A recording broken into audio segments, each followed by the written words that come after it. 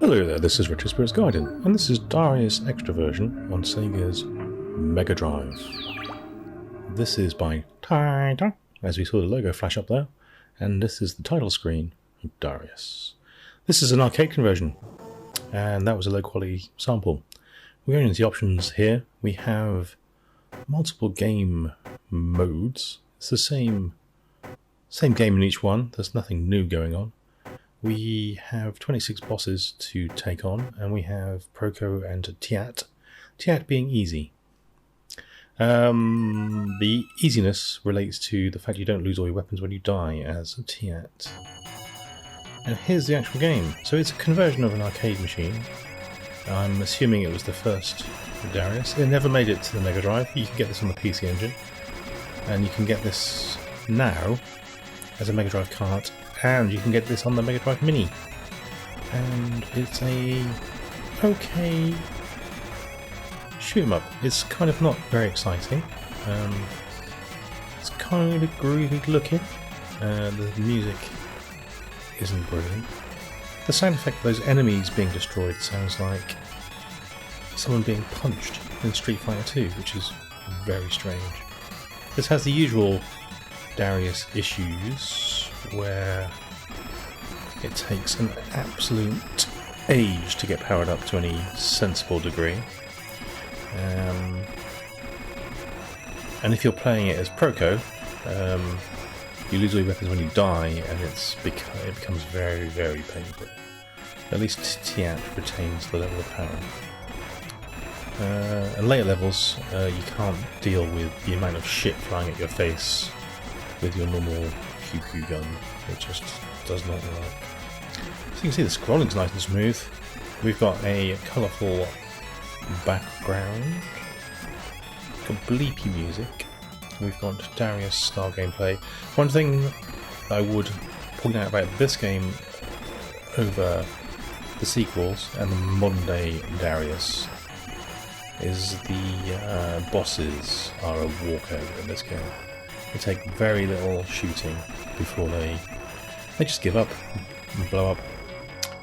They just have not got the stamina required to be a boss these days. Literally, the first boss takes about 2 seconds to kill after he comes on. Gun turrets, annoying. We've got jumpy robots in here, which are also annoying. These tank things with their missiles, which kind of follow you, are annoying.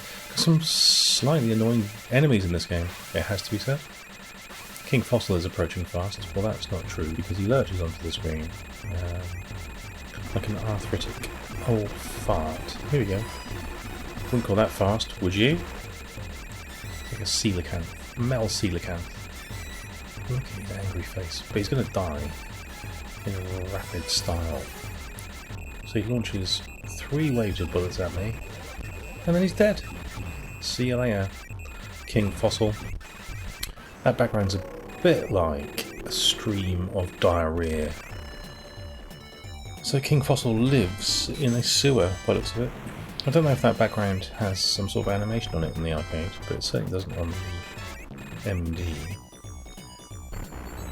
Anyway, this is a cartridge version of this game. So I bought my copy of this from Strictly Limited Games 14 months ago. I paid for this, and it's just arrived. I've literally just got my copy, so I've had to wait over a year for this. It cost me around about 40 something English pounds, which is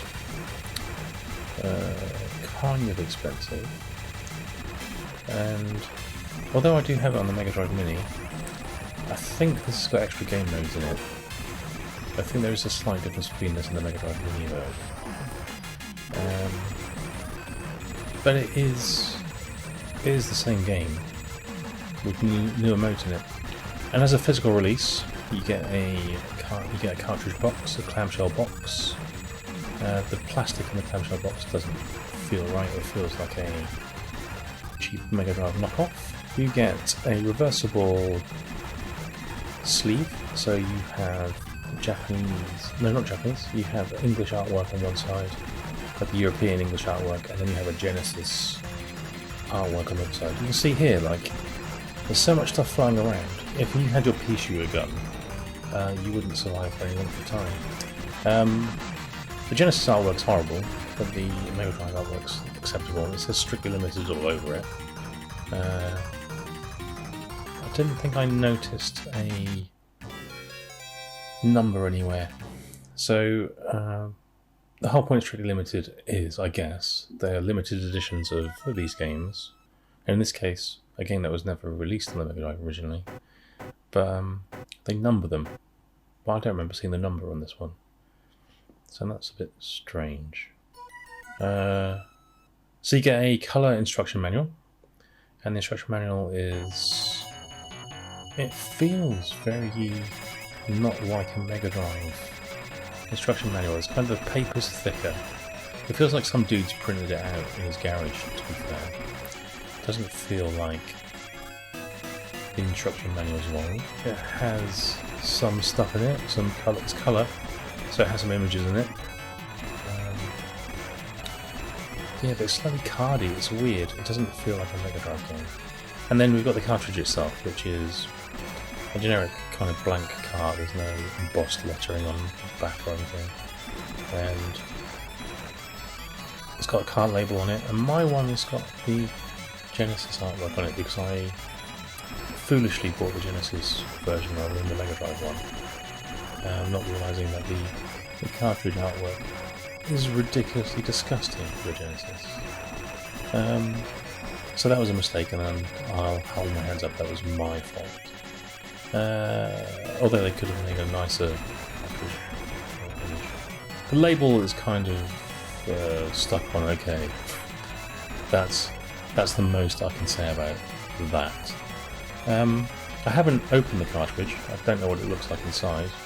I'm imagining it's a very lightweight looking PCB with a standard kind of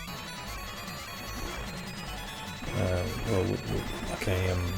don't know what they are. It won't be like a ROM chip, it won't be like the cartridges of old. I'll have some sort of flash memory thing, I imagine, so it'll probably be cheap. I might crack it over one day to have a root around inside. I haven't tried this on my actual MD. I'm sure it's fine. I'm playing to my Retro Freak at the moment, and it fit the cartridge slot okay. It didn't feel like it was tough to put in or anything, so that's alright. Yeah, so as a game, it's pretty decent. As a repro, I guess you'd call it a repro, but it's not really. It's like a new release, to be fair. I wasn't enamoured with the quality on show. The Bitmap Bureau guys, with their Xenocrisis, did a better job. It's strictly limited, and I got the Xenocrisis straight away after I ordered it. I'm a little disappointed this took over a year to get to me, and it's not superb quality in terms of the actual card. Box, manual, and sleeve. So I'm a little disappointed with that. The game itself is right. It's kind of fun, as long as you pick TAT, don't pick Proco, because Proco... yeah, he uses weapons. This isn't the best Darius game ever made. It's probably on par with the Darius 2 conversion on the Mega Drive, although that did have a lot more parallel scrolling in it. It's alright, it's an alright shooter. So if you want to spend 40-ish quid on an alright shooter, go ahead. I don't recommend you buy it from Strictly Limited. I might do a video about Strictly Limited games, because I think it's bullshit. The whole thing's bullshit. So, like I said, I ordered this, and I could have picked this up, I think, from numerous websites that had it delivered to me straight away. But for some reason, Strictly Limited decided to make me wait a year for it, which is... I mean, a lot of things can happen in a year. I think that's ridiculous. I think their rationale is because I ordered something else at the same time. They wanted to send them together. But then they shouldn't have them for sale on their website unless they've got them ready to go. Yeah, that's pissed me off quite a bit, to be fair. shan't be buying any more stuff from them. I do have another couple of bits and bobs on pre-order, which I'm still waiting for, over a year now. I'm just going to wait for those to come, but I'll break them all down in the video. And I'll show you actually it's a pitiful waste of time.